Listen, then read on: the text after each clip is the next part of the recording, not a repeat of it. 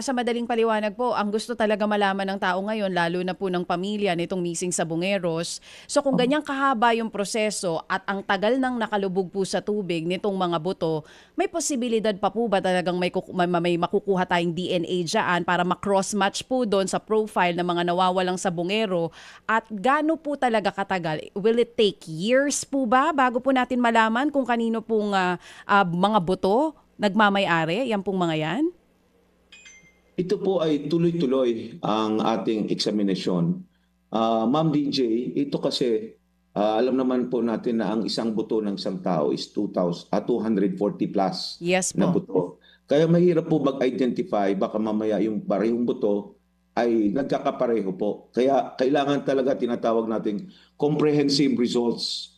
Pagkatapos po ng lahat, saka po namin ngayon aayusin. Pero yung sinasabi po natin kung may makukuha at makukuha, may makukuha at makukuha pa rin pong DNA. At hindi po tayo titigil hanggat hindi po nakukumpleto itong 1,400 at yung mga makukolekta pa po ng ating tropa doon sa Taal Lake ng Coast Guard. In the past po, Colonel, sa mga ganitong pagkakataon, kung meron ng nagawa ang PNP Forensic na kapareho nito pong kaso ng mga missing sa Bungero na matagal nang nailubog yung buto sa lawa at yung sinasabi niyo po mga sulfuric acid content and other contents na pwedeng makasira doon po sa remains ng tao. In the past, may nagawa na po ba kayong ganito at gaano po katagal ang inabot ng PNP Forensic bago po nalaman kung sino po ang may-ari ng buto? Ito po talaga, Ma'am DJ, ngayon lang po ito nangyari.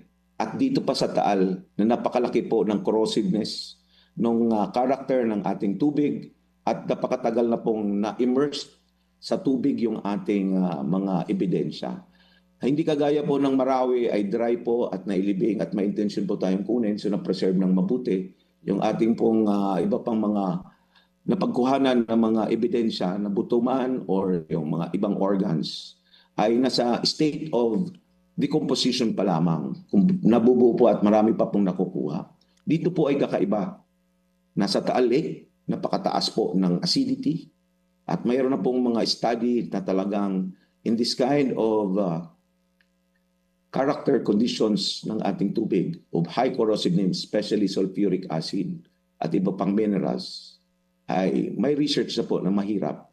At yung immersion po niya ay more than 3 years, 2 years. Hindi po natin makuha dahil sa napakatagal ng skeletonized na po talaga. At minsan, pinatawag natin non-viable na talaga. Magaan na yung buto. Wala nang bigat. Ibig sabihin nawawala na yung laman. Pumapasok na po talaga yung tubig. So nagkakaroon po ng hydrolysis yung ating mga ebidensya. Mga kapatid, patuloy po kayong tumutok sa 105.9 True FM para sa totoong balita, impormasyon, music and entertainment. Mag-subscribe sa aming YouTube channel at podcast at sundan nyo kami sa Facebook, Instagram, X at TikTok sa True Network PH. Bisitahin din po ang aming official website, truefm.ph. At panoorin din kami sa True TV Signal, Channel 19. Kami po ang 105.9 True FM. Laging true sa'yo, kapatid. Ito tayo sa totoo, tunay at tapat.